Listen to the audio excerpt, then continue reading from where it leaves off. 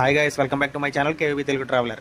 ఈ వ్లాగ్లో మనం భీమవరం నుంచి పూరి ఎలా వెళ్ళాలి, పూరిలో మనం స్టేషన్లో దిగిన తర్వాత అటు నుంచి మనం టెంపుల్కి అయితే ఎంత డిస్టెన్స్ ఏంటి, అక్కడ ఫుడ్ అకామిడేషన్ అండ్ ఇవన్నీ ఎలా అనేది వీడియో అయితే కంప్లీట్గా చూద్దాం. వీడియో అయితే మీరు ఎక్కడ స్కిప్ చేయకుండా లాస్ట్ వరకు అయితే చూడండి.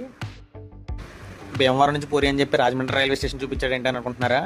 మేమైతే యాక్చువల్గా భీమవరం నుంచి పూరికే బుక్ చేసుకున్నాం. కాకపోతే మేము రిటర్న్ ట్రైన్ పూరి నుంచి ఓన్లీ రాజమండ్రి వరకు అయితే టికెట్లు బుక్ చేసుకున్నాం. రిటర్న్ వచ్చే ట్రైన్ అయితే సూపర్ ఫాస్ట్ అవ్వడం వల్ల అది రాజమండ్రి, ఏలూరు, విజయవాడ మాత్రమే ఆగుతుంది. సో మేము ఏంటంటే తెల్లవారుజాము 4 గంటలకు వస్తుంది కాబట్టి వాళ్ళు అక్కడ రాజమండ్రిలో పెట్టేసి అలా వెళ్దామని చెప్పి డిసైడ్ అయ్యాం. భీమవరం నుంచి వచ్చినా సరే రాజమండ్రి వరకు బండి మీద వచ్చి అక్కడైతే ఎక్కాం. దానివల్ల మీకు రాజమండ్రి నుంచి అయితే వీడియో అయితే స్టార్ట్ చేశాను. మేము మొత్తం 4 అయితే వెళ్తున్నాం. ఒక అబ్బాయి అయితే భీమవరాన్ని ఎక్కాడు. మేము ఇంకో 3 అయితే రాజమండ్రి వరకు అయితే వచ్చేసాము. రాజమండ్రి నుంచి అయితే స్టార్ట్ అవుతున్నాం. స్లీపర్ క్లాస్కి అయితే 500 రూపీస్ అయింది ఛార్జ్. అప్ అండ్ డౌన్ వచ్చేసి 1000 రూపీస్ మాత్రమే అవుతుంది స్లీపర్ ఛార్జ్. మన ట్రైన్ అయితే అదిగో వస్తుంది, దూరంగా కనిపిస్తుంది కదా. యాక్చువల్గా ఈ ట్రైన్ మనకు అందులో మెన్షన్ చేసిన టైం కన్నా సరే ఒక గంటన్నర లేట్ అయితే నడుస్తుంది. ప్రజెంట్ అయితే కనుక మాకు స్టేషన్కి అయితే కరెక్ట్గా టైంకి అయితే వచ్చేసింది. ఇక్కడ నుంచి ఎలా వెళ్తుంది అనేది ఇప్పుడు చూడాలి. మార్నింగ్ అయితే అయిపోయింది. మార్నింగ్ పొద్దున్నే లేచేసరికి మేము దగ్గర శ్రీకాకుళం దగ్గరలో ఉన్నాం. ఏంటి నైట్ ఎక్కితే ఇంకా శ్రీకాకుళం అన్నట్టు కనిపించింది, కానీ ఒకసారి చెక్ చేసుకుంటే ట్రైన్ ఎక్కడ పడితే అక్కడ పావు గంట సేపు అలా ఆగిపోతూనే వచ్చింది.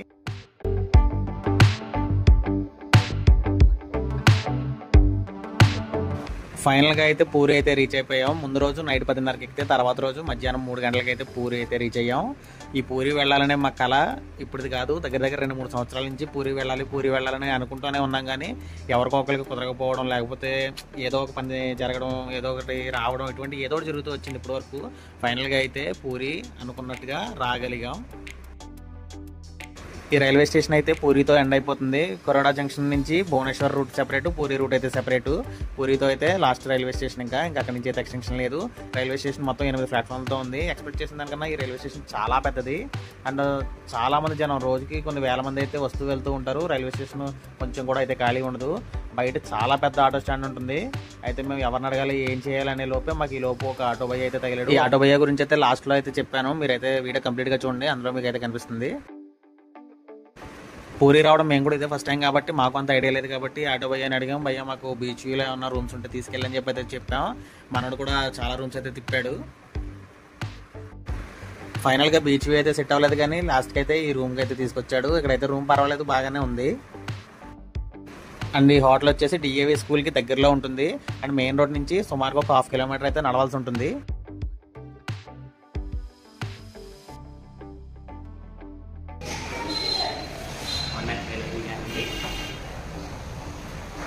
బీచ్ దగ్గరలో రూమ్స్ అయితే చూసాం, కానీ రూమ్స్ 1700-1800 చెప్తున్నారు. చెప్పిన రూమ్స్ అయితే అసలు ఖాళీ లేవంట. బీచ్ దగ్గరలో అయితే వేకెన్సీ అసలు లేదన్నారు. సో కొంచెం దూరంలో మెయిన్ రోడ్ దగ్గరలో తీసుకున్నాం. 1400 రూపాయలకి నాన్ ఏసీ అయితే ఉంది, కానీ ఏసీ అయితే ఆన్ చేయరు మనం ఇచ్చే పేమెంట్కి. అసలు విషయం ఏంటంటే మా అందరికీ కడుపులో అయితే ఎలకలు దారుణంగా పరిగెడుతున్నాయి. మేము ముందు రోజు నైట్ 10:30కి తినేసి ట్రైన్ ఎక్కడ తప్పితే ఇంకా తర్వాత ట్రైన్లో కూడా ఏం తినలేదు, తినే స్కోప్ లేదు. ట్రైన్లో ఎలా ఉంటుంది అనేది మన అందరికీ ఐడియా ఉంది కదా. ఇంకా తినే ధైర్యం అయితే ఎవరూ చేయలేదు. రూమ్కి వెళ్ళి ఫ్రెష్ అప్ అయిపోయి ఫస్ట్ ముందు తినడానికి అయితే వచ్చేసాం. ఇక్కడ నుంచి అయితే దర్శనానికి వెళ్ళి మిగిలినవన్నీ చూసుకున్నామని చెప్పి ముందు అయితే ఇక్కడికి వచ్చాం. ఇక్కడైతే అసలు ఖాళీ లేదు. చూడగానే ఇక్కడ మీల్స్ అవన్నీ దొరుకుతున్నాయి. చూడడానికి కొంచెం బాగానే ఉందనిపించింది, కానీ ఆకలి మీద ఎలా ఉన్నా సరే పర్వాలేదని చెప్పి తినేసాం. మా వాళ్ళు అయితే కనుక రేటింగ్ ఇచ్చారు, అంతేం లేదు, 5కి ఒక 2 ఇవ్వచ్చు అని చెప్పని అన్నారు. మేము రూమ్ తీసుకున్న ఏరియా నుంచి టెంపుల్ అయితే సుమారు ఒక 2-3 కిలోమీటర్స్ డిస్టెన్స్లో అయితే ఉంది. ఇక్కడ నుంచి ఆటో అడిగితే 4 మెంబర్స్కి కలిపి ఒక 100 రూపీస్ అయితే చెప్పాడు. సరే మనం ఇప్పుడైతే నడిచే పరిస్థితుల్లో లేవని చెప్పి ఇంకా ఆటో ఎక్కేసాం. ఈ ఆటో కూడా జస్ట్ ఒక గల్లీలోకి తీసుకెళ్ళి ఇక్కడ దింపేసి జస్ట్ 40 మీటర్సే ఉంటుంది. ఎదరికెళ్ళండి, చాలా వాకబుల్ డిస్టెన్స్ అని చెప్పని అన్నాడు. కానీ కొంచెం ఎక్కువ దూరం నడవాల్సి వచ్చింది. దగ్గర ఒక 1 కిలోమీటర్ అయితే నడవాల్సి వచ్చింది. అందులోంచి మనం టెంపుల్ మెయిన్ రోడ్లోకి అయితే ఎంటర్ అవుతాం. ఈ మెయిన్ రోడ్ నుంచి మనం లెఫ్ట్కి వెళ్తే కొంచెం ముందుకు వెళ్తే టెంపుల్ అయితే కనిపిస్తుంది. దూరం నుంచి అయితే మీకు గోపురం అయితే కనిపిస్తుంది టెంపుల్ది. అయితే కనుక చాలా బారికేళ్ళు కట్టేసి ఉన్నాయి, కర్రలతో కట్టేసి ఉన్నాయి. అంటే రీసెంట్గా ఏమైనా ఉత్సవాలు జరిగి ఉండొచ్చు, లేదంటే రథోత్సవం ఆగస్టులోనే ఎప్పుడు అయింది కదా. రథోత్సవానికి సంబంధించి ఇంకా ఇప్పటి వరకు కూడా ఉంచేసి ఉండొచ్చు. మొత్తానికి ఏం జరిగిందనేది తెలియదు. మనం ఎవరినైనా అడుగుదామన్నా సరే మనకి లాంగ్వేజ్ ప్రాబ్లం, అంత ఫ్లూయెంట్గా అయితే రాదు. అంతా మనం మేనేజ్ చేసుకుంటానే వచ్చేసాం ఇక్కడ వరకు కూడా. గుడి దగ్గర క్రౌడ్ చూస్తే మనకి 2 కళ్ళు సరిపోవు, కళ్ళు చెదిరిపోతాయి, అంతమంది అయితే ఉన్నారు. కానీ మీరు ఒకటైతే అబ్జర్వ్ చేయాలి, ఇక్కడ మనల్ని ఎవరైనా వచ్చి దర్శనానికి తీసుకెళ్తాము, 500 రూపాయలు ఇవ్వండి, మేము అన్ని తీసుకొస్తామంటే మాత్రం ఎవరో నమ్మొద్దు. అలా అని చెప్పి తీసుకెళ్ళి వాళ్ళు ఎంట్రన్స్లో వదిలేసి అయితే వెళ్ళిపోతారు. మమ్మల్ని అడిగారు కానీ మేమైతే వద్దు, మేము లైన్లోనే వెళ్తామని చెప్పేసి అని అన్నాం. మీరు కూడా ఈ ఒక్క పాయింట్లో అయితే కొంచెం అవేర్గా అయితే ఉండండి. లోపల కూడా వీడియో అయితే రికార్డ్ చేద్దాం అనుకున్నాను కానీ లోపలికి mobile not allowed and belt, వ్యాలెట్లు ఇటువంటి ఏవి కూడా తీసుకెళ్ళకూడదు. సరే అని చెప్పి మేము అన్ని కూడా లాకర్లో పెట్టేసి లోపలికి అయితే దర్శనానికి వెళ్తున్నాం. దర్శనానికి వెళ్ళేసరికి టైం అయితే 5:15 అయింది స్టార్టింగ్ టైము. దర్శనం చేసిన బయటకు వచ్చేసరికి టైం 6:20 అయింది. ఓవరాల్గా అయితే గంట టైం పట్టింది. మెయిన్గా దర్శనంగా అయితే ఎటువంటి ఇబ్బంది లేదు, కానీ లోపల క్యూ లైన్లో ప్రాపర్గా ఒక బార్గేడ్ అనేది అయితే ప్రొవైడ్ చేయలేదు. దానివల్ల లోపలైతే తొక్కిసలాట్లా ఉండేలా అయితే ఉంది పరిస్థితి. చాలా దారుణంగా అయితే ఉంది. చాలా మంది చిన్నపిల్లలతో వస్తే ఖచ్చితంగా సఫర్ అవుతారు. గుడి క్లోజ్ చేసి మళ్ళీ ఓపెన్ చేసిన టైంలో, ఈవినింగ్ టైంలో దర్శనానికి ఎవరైనా వెళ్తే ఖచ్చితంగా ఆ టైంలో చాలా ఇబ్బంది అయితే పడతారు. బార్గేడ్ అనేది కంటిన్యూస్గా ఉండాలి. అలానే ఒక ప్రాపర్ సిస్టమ్ ద్వారా లైన్లో దర్శనానికి పంపడం అనేది జరుగుతూ ఉంటే ఇంకా బాగుంటుందని మాకైతే అనిపించింది. అదైతే మాకైతే బాగా మైనస్ అనిపించింది. బాగా చాలా సఫర్ అయ్యాం. గమ్ముని వెనకబడిపోయి ఉంటే పరిస్థితి ఏంటనేది కూడా అనిపించింది. అంతలా ఉంది లోపల పరిస్థితి అయితే. అసలు దర్శనానికి ఎవరైతే వెళ్తున్నారో ఇక్కడ చూస్తేనే అర్థమవుతుంది మీకు. ఎవరైతే వెళ్తున్నారో అసలు క్లారిటీ రాదు. లైన్లో దర్శనానికి వెళ్ళాల్సింది అయితే అది వేలు చూపిస్తున్న లైను. ఆ లైన్ నుంచి ముందుకెళ్ళి అలా ఫ్రంట్కి లెఫ్ట్కి తిరగాలి. లెఫ్ట్కి తిరిగిన తర్వాత కూడా దర్శనానికి అయితే ఒకేసారి పంపించట్లేదు. దర్శనానికి కొంతమందిని ఆపి కొంతమందిని పంపి అలా అయితే పంపుతున్నారు. దానివల్ల అయితే టైం అయితే బాగా డిలే అయ్యింది. ఆ డిలే గురించి కాకుండా మెయిన్ అయితే దీని గురించి ఏదో ఒక యాక్షన్ తీసుకుంటే బాగుంటుందని చెప్పి మాకైతే ఫీలింగ్. గుడికి ఆపోజిట్లో చాలా షాప్స్ అయితే ఉన్నాయి. ఈ షాప్స్లో మెయిన్గా మనకి అట్రాక్టివ్గా కనిపించేది ఏంటంటే కాజా ఇక్కడ చాలా ఫేమస్ స్వీట్. అలానే ఇంకా ప్రసాదం కూడా దొరుకుతుంది. ప్రసాదం ఎలంబరి పూలు అని మీరు వినే ఉంటారు. ఎలంబరి పూలు ఇవన్నీ కూడా చాలా రకాల ఐటమ్స్ ఉన్నాయి. ప్రసాదం కొన్నాం. అది ఒక తాటాకుతో చేసినటువంటి బుట్టలో ఒక 10 రకాల ఐటమ్స్ అన్ని మిక్స్ చేసి ఇచ్చారు.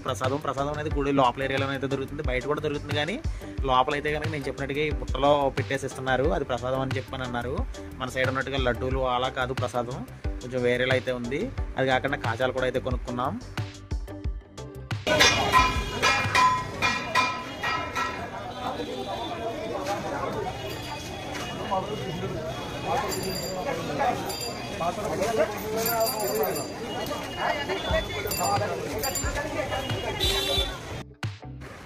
దర్శనం అయిపోయిన తర్వాత రూమ్కి వచ్చేసి మా దగ్గర ఉన్నటువంటి లగేజ్ రూమ్లో పెట్టేసుకుని బీచ్కి అయితే వెళ్తున్నాం. ఇక్కడ దగ్గరలోనే బీచ్ ఉందంట మా రూమ్కి. మెయిన్ రోడ్ నుంచి జస్ట్ వాకబుల్ డిస్టెన్స్లో 500 మీటర్స్లో అయితే బీచ్ అయితే ఉంది. ఈ బీచ్ దగ్గర కూడా కొన్ని షాప్స్ అయితే ఉన్నాయి. ఇక్కడ వుడెన్ ఐటమ్స్, టాయ్స్, ఇలా చాలా రకాలు అయితే ఉన్నాయి. కాసేపు ఒక హాఫ్ అన్ అవర్ వరకు అక్కడ ఉండి చిన్న ఐటమ్స్ అన్ని కొనుక్కుని అక్కడి నుంచి అయితే మళ్ళీ మెయిన్ రోడ్ మీదకి అయితే వచ్చేసాం. బీచ్ ఏరియా కూడా చాలా బాగుంది. కాసేపు అలా బీచ్లో కూర్చుని ఫొటోస్ దిగి చీకట్లోనే కాసేపు అలా రిలాక్స్ అయ్యి మెల్లగా అయితే అటు నుంచి అయితే రిటర్న్ అయితే స్టార్ట్ అయ్యాము తినడానికి. పొద్దున్నే లేచి రెడీ అయిపోయి ఇక్కడ నుంచి కోనార్కి వెళ్దామని బయటకు వచ్చాం. ముందే టిఫిన్ చేద్దామని బయటకు వచ్చాం. ఇది ఆలువడ, సమోసా, గారి, జిలేబీ, ఇడ్లీనే చూసారు కదా. మనకైతే పొద్దున్నే ఇడ్లీ, పూరి, బజ్జీ, మినపట్టు, పెసరట్టు ఇటువంటివి లేకపోతే ఎక్కదో. మన సైడ్ ఫుడ్ అంతా ఇలా ఉంటుంది. ఇక్కడ ఏమో పొద్దున్నే సమోసాలు, జిలేబీలు, ఇంకా ఆలు బజ్జీలు అంటున్నారు. టిఫిన్ చేసేసి అక్కడి నుంచి అయితే మెల్లగా రైల్వే స్టేషన్కి అయితే నడుచుకుంటూ వచ్చేసాం. అక్కడి నుంచి బస్సులు ఉంటాయని చెప్పి ఎవరో చెప్పారు. స్టేషన్కి అయితే నడుచుకుంటూ వచ్చేసాం. వాకబుల్ డిస్టెన్సే. ఇప్పుడు మీరు ఎవరైనా సరే పూరి వచ్చినప్పుడు దగ్గరలో రూమ్ తీసుకోవాలి, బీచ్ దగ్గరలో కాదు అనుకుంటే కనుక వాకబుల్ డిస్టెన్స్లోనే వెళ్ళిపోవచ్చు, ఆటో అయ్యి అవసరం లేకుండా. అండ్ ఇప్పుడు మేమైతే ఇక్కడ నుంచి కోనార్కి వెళ్దాం అనుకుంటున్నాం. బైక్ రెంటల్కి అడిగితే 400 చెప్పారు. ఆటో అయితే 1700 చెప్పాడు. మేము బేరం ఆడితే 1000 రూపాయలకి అయితే ఒప్పుకున్నాడు. ఆఖరికి 1000 అంటే 100 ఎక్స్ట్రా అడిగాడులే. ఇక్కడ నుంచి ఒక 40 కిలోమీటర్స్ అయితే ఉంటుందంట. వెళ్ళి కోనార్కి అయితే చూసుకుని అక్కడ నుంచి మళ్ళీ వెంటనే రిటర్న్ అయిపోయి సాయంత్రం 5కి అయితే ట్రైన్ ఉంది మాకు. ఆ ట్రైన్కి అయితే రీచ్ అయిపోవాలి. మాతో పాటు ఇదిగో మా కిస్మాయ అండ్ వినోద్ కూడా వచ్చారు. వీళ్ళని సరిగ్గా చూపించలేదు నిన్నటి నుంచి. హాయ్ చెప్పు కిషోర్. వినోద్ నువ్వు కూడా హాయ్ చెప్పు. ఎక్స్పీరియన్స్ ఎలా ఉంది ఇక్కడ నుంచి? అది ఇప్పటివరకు ఎలా ఉంది నిన్నటి నుంచి చెప్పు కిషోర్. వినోద్ నీకెలా ఉంది? బాగానే ఉంది కదా. ఫుడ్ విషయంలో అయితే మాత్రం ఎవ్వరు ఎక్స్పెక్టేషన్స్ అయితే పెట్టుకోవద్దు. ఫుడ్ మనం అనుకున్నది వేరు, ఇక్కడ టేస్ట్ చేసేది అయితే వేరు. అంటే అలా ఉండవు. ఫుడ్ ఎలా ఉంది పూరి? అసలు ఫుడ్ విషయంలో అయితే కనుక అసలు ఏ ఎక్స్పెక్టేషన్ అక్కర్లేదు. ఫుడ్ అసలు బాగోదు. పూరి తిన్నామని చెప్పి మేము భీమవరం నుంచి అయితే పూరి అని కలవరంతోనే వచ్చాం. ఇక్కడ పూరి చూస్తే మొత్తం పూరి మీద నాసంతా పోయింది. అక్కడ పూరి కూర ఇచ్చాడు. అది కూర నెల చారు నెల కూడా తెలియలేదు. పూరి చారే అది కరెక్ట్గా. నిన్న నైట్ అయితే ఒక రెస్టారెంట్కి అయితే వెళ్ళాం. అక్కడ vegetable biryani, vegetable fried rice, paneer starter చెప్పాం. స్టార్టర్ ఎలా ఉందంటే జస్ట్ సూప్, పన్నీర్ సూప్ లో వచ్చింది. ఆడితో సూప్ కాస్ట్ ఎంత అని అడిగాం. మేము డైరెక్ట్గా సూప్ గా స్టార్టర్ అన్నాడు. మాకే షాక్. మేము స్టేషన్లో ట్రైన్ దిగిన తర్వాత ఒక ఆటోకి అయితే రూమ్కి వెళ్ళాం కదా. ఆ ఆటో భయ్యాని కాంటాక్ట్ నెంబర్ తీసుకుని మేము మళ్ళీ అప్రోచ్ అయ్యాం.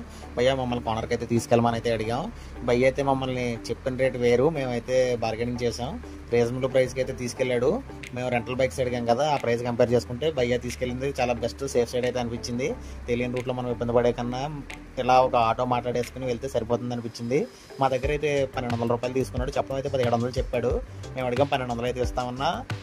జస్ట్ ఏం లేదు, కోనర్కు ఒక 15 మినిట్స్ అంతా చూసుకుని మళ్ళీ వెంటనే రిటర్న్ అయితే అయిపోతామని చెప్పాం. సరే అని చెప్పి ఒప్పుకుని వచ్చాడు. పూరి నుంచి కోనర్కు సుమారుగా ఒక 40 కిలోమీటర్ల డిస్టెన్స్ అయితే ఉంటుంది. ఫైనల్గా కోనర్కి అయితే రీచ్ అయిపోయాం. ఆ ప్రైస్కి కోనర్క్ వరకు రావడం అంటే బెస్ట్ అనే చెప్పుకోవచ్చులే. ఓకే, ప్రైజింగ్ విషయం ఓకే. అయితే మనోడు మా కోసం వెయిట్ చేసింది అయితే చాలాసేపు అయితే చేశాడు. మేము చెప్పడం పావుగంట అన్నాం కానీ దగ్గర 45 మినిట్స్ అయితే మేము లోపలే ఉండిపోయాం. అసలు ఎటువంటి చిరాకు పడలేదు, ఏమనలేదు, అలా వెయిట్ చేస్తూనే ఉన్నాడు.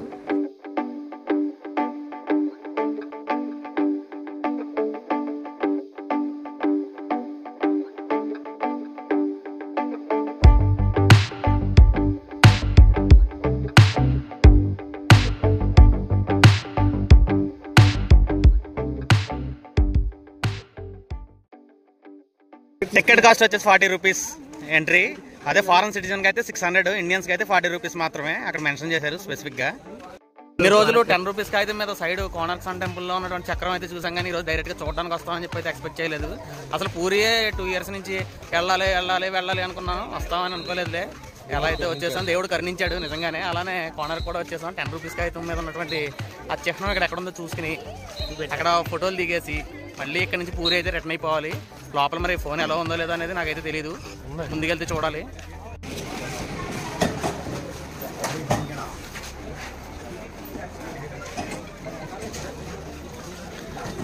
లోపలికి మొబైల్స్ అటువంటి ఎనీ రెస్ట్రిక్షన్స్ అయితే లేవు, ఫ్రీగానే వెళ్ళిపోవచ్చు, no problem. Almost all Puri వచ్చిన చాలామంది కోనార్క్ టెంపుల్కి కూడా వస్తారు విజిట్ చేయడానికి. సో అందుకని అసలు టెంపుల్ అయితే ఖాళీ లేదు. ఇక్కడ చాలామంది గైడ్స్ అయితే ఉన్నారు టూరిస్ట్కి మొత్తం ఎక్స్ప్లెయిన్ చేయడానికని.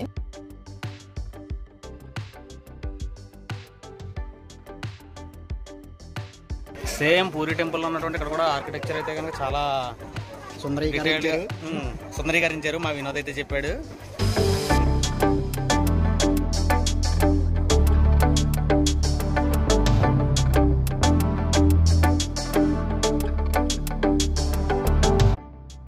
సండే ఎఫెక్ట్ అయితే ఫుల్గా ఉంది, అసలు కొంచెం కూడా ఖాళీ లేదు. మంచిగా ఫోటో తీసుకుందామన్నా సరే అక్కడ ఛాన్స్ లేదు. అక్కడక్కడ తెలుగు మాటలు అయితే వినిపిస్తున్నాయి కొన్ని. మా కిషోర్ అయితే పావుగంట నుంచి బాగా స్ట్రగుల్ అవుతున్నాడు, ఫోటో ఎలా తీయాలా అని. అసలు ఎవడో తప్పుకోవట్లేదు పక్కకి. ప్రజెంట్ అయితే నన్ను కూడా తిట్టుకుంటున్నాడు, నువ్వు నీ వీడియో పక్కకు బాగుంటున్నాడు, పైకి చెప్పట్లేదు. కానీ కిషోర్ అంతేనా? అది ఫైనల్గా మనకి 10 రూపీస్ నోట్ మీద కనిపించేటువంటి చక్రం దగ్గరికి అయితే వచ్చేసాం. ఇంతకీ చక్రం ఎక్కడా లేదు. మెయిన్ టెంపుల్కి చుట్టూరు రథ చక్రాలు అయితే ఉంది. నేనైతే ముందు సెపరేట్గా ఒక వాల్కి అయితే ఉంటుందేమో అనుకున్నా, అలా అయితే లేదు. ఇది మొత్తం ఓవరాల్గా ఒక రథం మీద ఉన్నటువంటి దేవాలయం ఆ లుక్లో ఉంటుంది ఓవరాల్గా చూడడానికి. ఇక్కడ చూస్తే క్లారిటీగా అయితే అర్థమవుతుంది మనకి. ఈ రథ చక్రాలు వీటన్నిటిలో ఒక చక్రాన్ని అయితే కనుక మనకి 10 రూపీస్ నోట్ మీద అయితే ప్రింట్ చేశారు.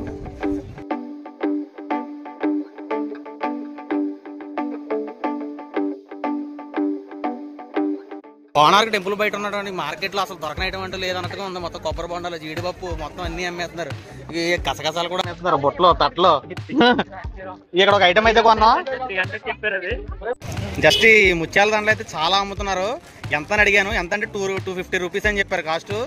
నేను వద్దు అన్నా సరే కూడా ఎమ్మడి పడిపోయారు తీసుకోమని చెప్పి. నాతో పాటు ఉన్నటువంటి మా ఫ్రెండ్ 50 రూపాయలకి ఇస్తామని అంతే టప్ మంది చేతిలో పెట్టాడు. 50 రూపాయలకి అనవసరంగా అడిగాము, ఇంకో 20 తగ్గించి అడగాల్సింది అనిపించింది.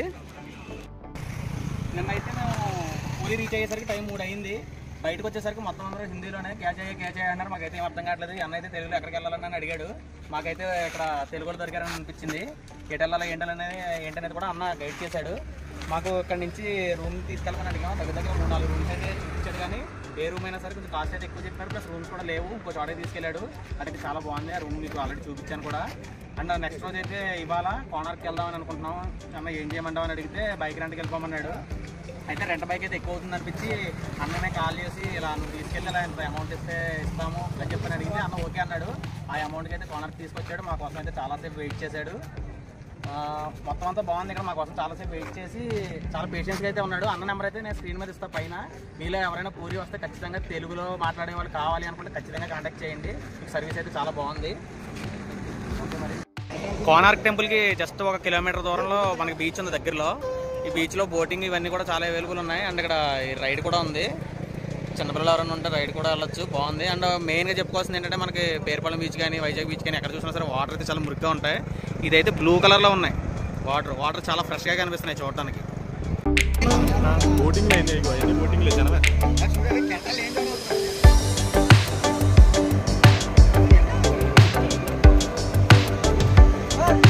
బోటింగ్కి వెళ్ళడానికి అయితే చాలా మంది జనం ఉన్నారు చాలా దూరంలో.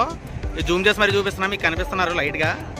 అసలు ఖాళీ లేదు. మనకి అటు సైడు పేరుపాలెం ఇంకా వైజాగ్ ఈ ఏరియాలో అయితే మనకి బోటింగ్ అయితే ఎలో లేదు. అది కొంచెం రిస్క్ బీచ్ ఏరియా మనకి పేరుపాలెం అయితే. మా ఏరియాలో ఇక్కడైతే చాలా బాగుంది. కోనార్క్ నుంచి పూరి అయితే రీచ్ అయిపోయాం. పూరి రాగానే దగ్గరలో ఉన్న హోటల్కి అయితే వెళ్ళి అక్కడ భోజనం చేసేసి అటు నుంచి అయితే రైల్వే స్టేషన్కి అయితే వచ్చేసాం. రైల్వే స్టేషన్ నుంచి మా ట్రైన్ అయితే 5:30కి. మేము వచ్చేటప్పుడు తిరుపతి పూరి ఎక్స్ప్రెస్కి అయితే రిజర్వేషన్ చేసుకున్నప్పుడు వెళ్ళేటప్పుడు పూరి చెన్నై సెంట్రల్ సూపర్ ఫాస్ట్కి అయితే రిజర్వేషన్ చేసుకున్నాం. దానికి దీనికి డిఫరెన్స్ ఏంటంటే అది దగ్గర ఒక 17 గంటలు 17-18 గంటల టైం అయితే పట్టింది. దానికి వెళ్ళేటప్పుడు అయితే ఎగ్జాక్ట్గా మేము ఇక్కడ 5:30కి ఎక్కితే రేపు ఎర్లీ మార్నింగ్ 4కి అయితే రాజమండ్రి రీచ్ అయిపోతున్నాం. చాలా స్పీడ్గా అయితే ఉంది సూపర్ ఫాస్ట్ కాబట్టి. మీరు ఎవరైనా సరే పూరి రావాలనుకుంటే సూపర్ ఫాస్ట్ అనేది చూసుకుని సూపర్ ఫాస్ట్గా బుక్ చేసుకుని దానికి రండి. మీకైతే టైం సేవ్ అవుతుంది. తిరుపతి పూరి అయితే కనుక ఎక్కడ పడితే అక్కడ ఏ స్టేషన్లో పడితే ఆ స్టేషన్లో మినిమం 5 to 10 minutes పైన ఆపేస్తున్నాడు. ఒక స్టేషన్లో అరగంట ఆగింది కూడా ఉంది. దానివల్ల మీరు సఫర్ అవ్వకుండా ఉండాలంటే కనుక సూపర్ ఫాస్ట్ ఏంటో చూసుకుని దానికి బుక్ చేసుకోవడం బెస్ట్. టైం ఈవినింగ్ 5:30 అయింది. మా చెన్నై సెంట్రల్ సూపర్ ఫాస్ట్ అయితే రెడీగా ఉంది మా ప్లాట్ఫామ్ మీద. ఇంకా ఇక్కడతో మా ప్రయాణం అయితే కంప్లీట్ అయిపోయింది. ఓకే ఫ్రెండ్స్, వీడియో అయితే చూసారు కదా. వీడియో నచ్చితే లైక్ చేయండి, అలానే మీ ఫ్రెండ్స్ అండ్ ఫ్యామిలీ మెంబర్స్ కూడా షేర్ చేయండి. అలానే మన ఛానల్ ఇప్పటివరకు ఎవరైనా సబ్స్క్రైబ్ చేయకుండా ఉంటే సబ్స్క్రైబ్ కూడా చేయండి. అండ్ పూరి వెళ్ళి మీ ఫ్రెండ్స్ ఎవరైనా ఉంటే కనుక ఈ వీడియో ఖచ్చితంగా యూజ్ అవుతుంది అనుకుంటున్నాను. కాబట్టి మీరు ఖచ్చితంగా ఎవరైతే వెళ్తున్నారో వాళ్ళకి షేర్ చేయడం అయితే మర్చిపోకండి. Thank you for watching.